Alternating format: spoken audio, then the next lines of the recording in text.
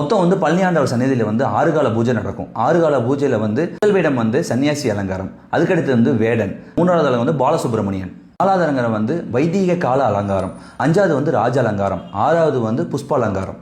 இப்படி 6 அலங்காரத்தில் காட்சியளிக்கிறார்.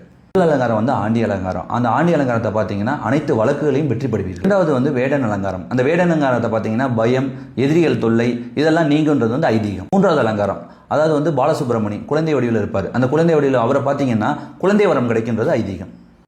4 வைதிகால அலங்காரம்.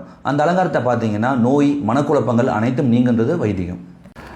5வது கால பூஜை ராஜ அலங்காரம். ராஜ அலங்காரத்தில் தொழில் மற்றும் முன்னேற்றத்துக்கான அலங்காரம் ராஜ அலங்காரம். 6வது அலங்காரம் புஷ்ப அலங்காரம். புஷ்ப அலங்காரத்தை பார்த்தீங்கன்னா மகிழ்ச்சி பெறணும் 6வது அலங்காரம். பழனி ஆண்டவர் நம்பி பழனிக்கு வந்தவங்க எல்லாருமே வெற்றியோடு தான் இருப்பாங்க. அதனால் நீங்கள் 6 கால பூஜையில் எந்த பூஜை வேணால் நீங்கள் கலந்துக்கலாம். அந்த பூஜைகள் எல்லாத்திட்ட விளக்கமும் நான் கொடுத்துருக்கேன். பழனி ஆண்டவரோட அருள் பெறணும். அனைவருக்கும் நன்றி, வாழ்த்துக்கள்.